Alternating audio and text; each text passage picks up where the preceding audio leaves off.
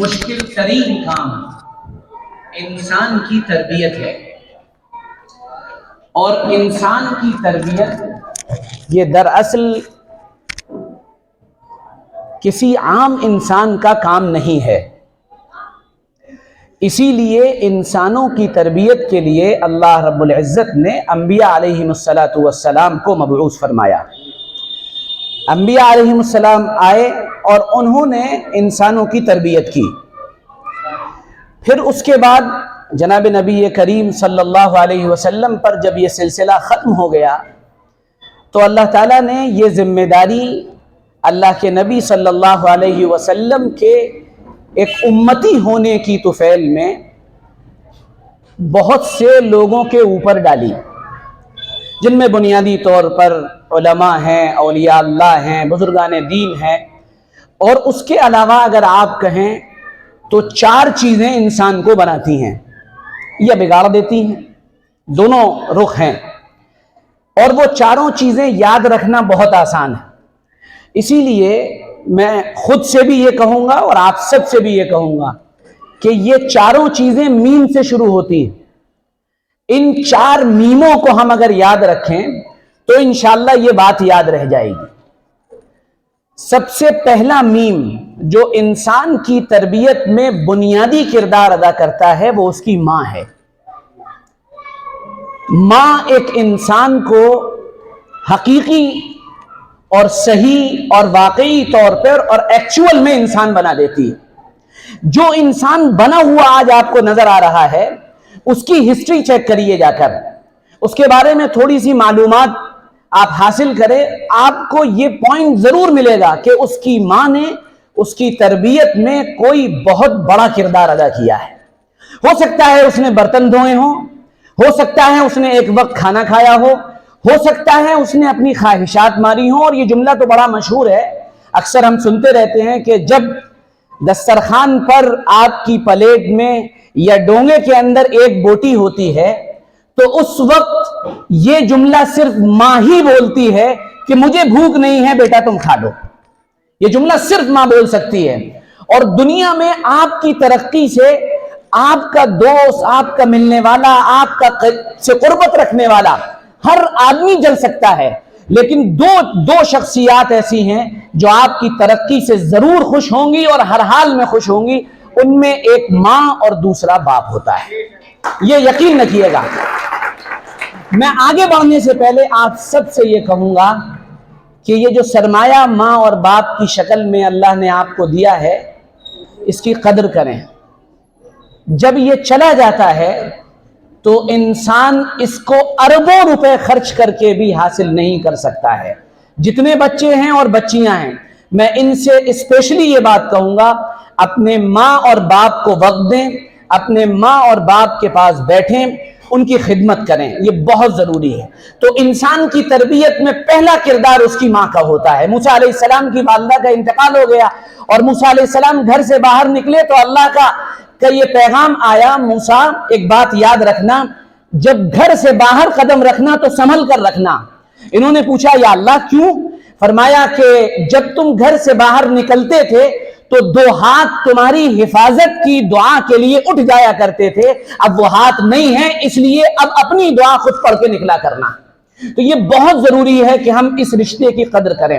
Number 2، دوسرا جو بہت اہم کردار انسان کی شخصیت سازی میں ہوتا ہے، اس کے کیریکٹر کو بنانے میں ہوتا ہے، وہ ہوتا ہے معلم۔ یہ بھی میم سے ہے، اس کو ہم استاد کہتے ہیں۔ استاد کے بغیر انسان زندگی میں ادھورا ہے۔ جس کا کوئی استاد نہیں، شیطان اس کا استاد ہوا کرتا ہے۔ جو کسی استاد کے سامنے نہیں بیٹھا اس کو علم حاصل نہیں ہو سکتا ہے، اور جس نے اپنے استادوں کی تعداد جتنی زیادہ کر لی، جتنی زیادہ بڑھا لی، آپ دیکھیں گے ترقی کے مدارج وہ طے کرتا ہوا وہ آسمان سے باتیں کرنے لگتا ہے۔ میں آپ کو بتاؤں، امام اعظم ابو حنیفہ رحمۃ اللہ علیہ نے 4000 استادوں سے علم حاصل کیا تھا۔ 4000۔ ہم تو 4 کے بعد 5 اور 5 کے بعد 10 کی گنتی بھی پوری نہیں کر پائیں گے اپنی زندگی میں۔ اس لیے آپ کسی جگہ رکے نہیں، بلکہ یہ ارادے کریں کہ ہم آج یہاں سے فیضیاب ہو رہے ہیں، آج یہاں سے فائدہ حاصل کر رہے ہیں۔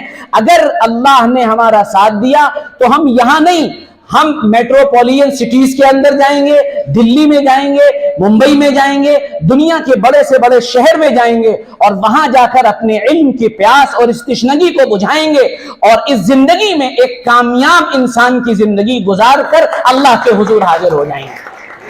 اقبال کا ایک بڑا زبردست شعر ہے. اقبال نے کہا تھا, اے جوئے آب بڑھ کر ہو دریائے تند و تیز. وہ کہہ رہے ہیں کہ دریا بڑے چھوٹے سے سوراخ سے نکلتا ہے, لیکن وہ کہہ رہے ہیں اے جوئے آب بڑھ کر ہو دریائے تند و تیز, ساحل تجھے عطا ہو تو ساحل نہ کر قبول.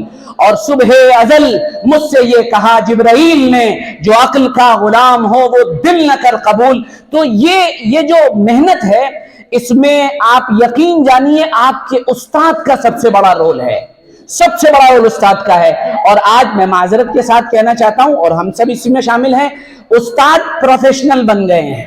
پروفیشنل کا مطلب ہوتا ہے کہ اس کو اس سے مطلب رہتا ہے کہ بچہ آیا, اس نے پڑھا, میں نے پڑھا دیا, اس نے سمجھا یا نہیں سمجھا یہ میری ذمہ داری نہیں ہے, میرے پیسے سیدھے ہوئے اور اس کے بعد وہ چلا جائے. وہ درد والے, وہ قرآن والے, وہ اپنے آپ کو گھلا دینے والے, وہ مٹا دینے والے, وہ اتنی فکر کرنے والے, جیسا کہ ابھی پروفیسر صاحب نے جو سالک صاحب تقریر فرما رہے تھے عرض کیا تھا کہ نظام صاحب کے پیر میں چوٹ لگی تو ان کی پہلی فکر یہ تھی کہ بچوں گھبرانے کی بات نہیں ہے, پڑھائی نہیں ہوگی لیکن میں بالکل ٹھیک ہوں, انشاءاللہ کل تم آ جانا, کل سے پڑھائی ہوگی. یہ ڈیڈیکیشن ہوتا ہے, یہ اپنے کام کے لیے اپنے آپ کو قربان کر دینے کا جذبہ ہوتا ہے.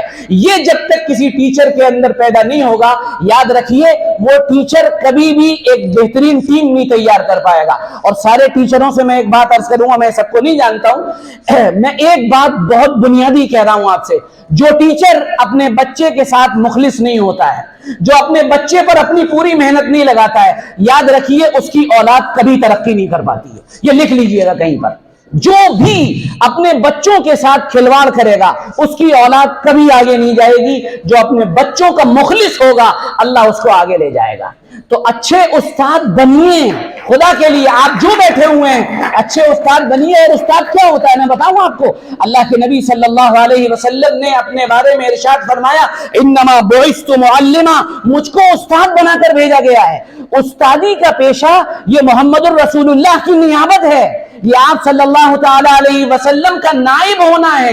یعنی مقام جناب رسول اللہ صلی اللہ علیہ وسلم کا تھا, وہی یعنی اس کے طفیل میں یہ مقام آپ کو ملا ہے کہ وہ بھی استاد تھے, آپ بھی استاد ہیں. لیکن ساتھ میں مطالبہ بھی ہے, جتنی سنسیریٹی اور جتنی قرآن, جتنی فکر جناب رسول اللہ صلی اللہ علیہ وسلم کے اندر تھی کہ قرآن کہہ رہا لعلک باخع نفسک, نبی جی آپ اپنے آپ کو امت کے پیچھے ہلاک و برباد کر لیں گے, آپ کڑتے کڑتے اپنی جان دے دیں گے, تو کم سے کم اتنی اگر فکر نہ ہو تو اتنی تو ضرور ہو, ہائے یہ میرا بچہ سمجھ کیوں نہیں رہا ہے, جتنی دیر میں سمجھے گا میں اسے سمجھاؤں گا, یہ غریب کا ہو یا امیر کا ہو, یہ چھوٹے کا ہو یہ بڑے کا ہو, یہ کسی محل سے آنے والا ہو یا کسی جھوپڑی سے نکل کر آنے والا ہو, میں پوری طاقت لگا کر سمجھاؤں گا.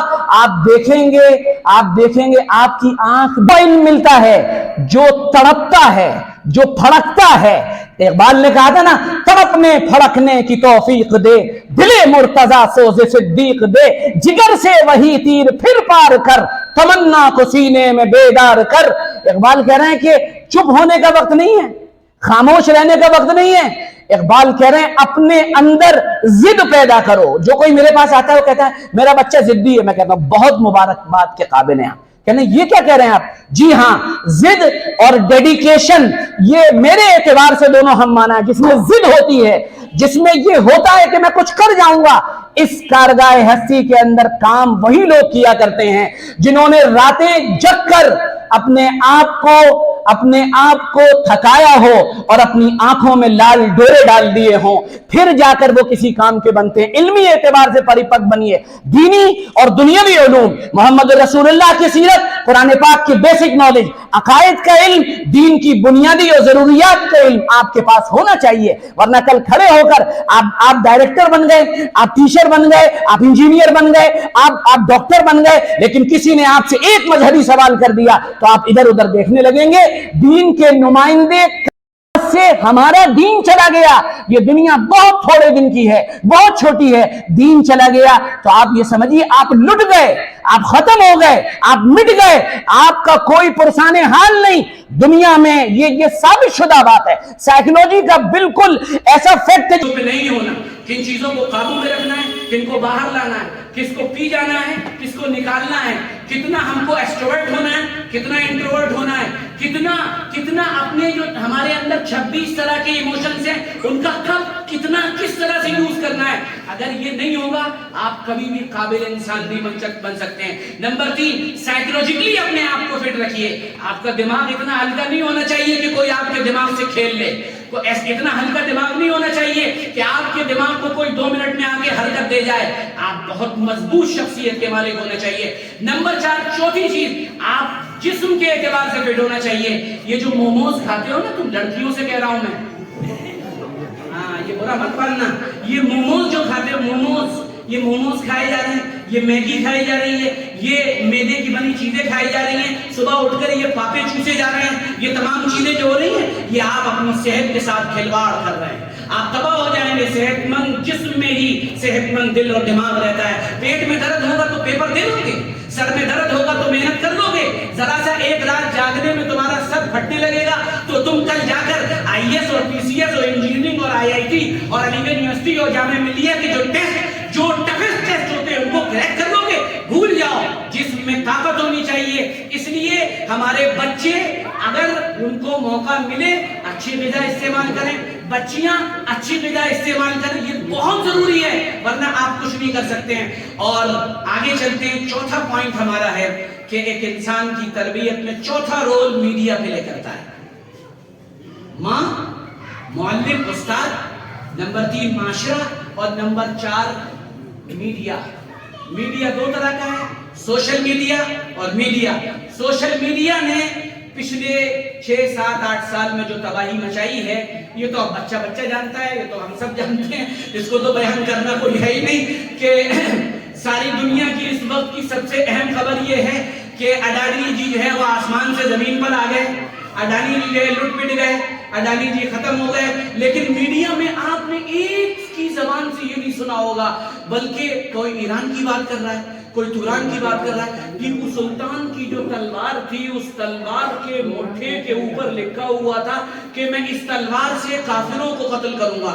وہ پتہ نہیں کون سے کیمرے سے پڑھایا وہ اللہ کا بندہ, اس کو یہ نیوز مل رہی ہے آج چلانے کے لیے. عجیب و غریب داستان ہے. تو وہ تو ہم دیکھتے نہیں ہیں. اللہ کا شکر ہے ہمارا تو مائنڈ پہلے ہی سیٹ ہے, ہمارے تو نوجوانوں کا مائنڈ پہلے ہی سیٹ ہے. میڈیا غلط بات دکھاتا ہے تو اس پہ تو کوئی بات نہیں کرنی ہے, بات کرنی ہے سوشل میڈیا پر. میں اس میں صرف ایک بات کہوں گا, جیسا کہ ابھی سالک صاحب نے کہا تھا کہ استعمال کرنے کو منع نہیں کریں گے, میں ایک بات کہوں گا, میڈیا استعمال نہیں کرتے, سوشل میڈیا کو غلام بنا کر استعمال کریں. غلام بنانے کا مطلب یہ ہے اس جگہ استعمال کرنا ہے اور اس جگہ نہیں کرنا ہے. بس اگر آپ نے یہ سیکھ لیا انشاءاللہ آپ کامیاب ہوتے چلے جائیں گے. اور یاد رکھیے گا یہ ہمارے بچوں کو, بچیوں کو, نوجوانوں کو, ہر ایک کو ایک شوق ہے بہت زبردست. وہ شوق کیا ہے؟ فوٹو کھینچنے. کوئی فوٹو کھینچا رہا ہے, کوئی ٹیڑھا منہ کر کے کھینچا رہا ہے, کوئی سیدھا منہ کر کے کھینچا رہا ہے, کوئی لیٹ کے کھینچا رہا ہے, کوئی کہیں کھڑے ہو کے کھینچا رہا ہے. نہ جانے کیا کچھ نہیں ہو رہا اس کے نتیجے میں.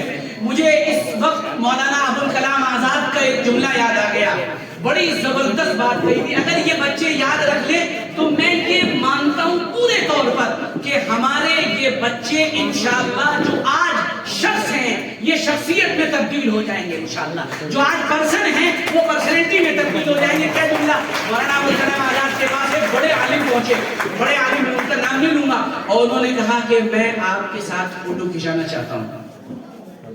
ایک جملہ کہا, میں آپ کے ساتھ فوٹو کھینچانا چاہتا ہوں. مولانا ابوالکلام آزاد کا جواب کیا تھا؟ خود ایسے بن جاؤ کہ لوگ تمہارے ساتھ فوٹو کھینچا لیں.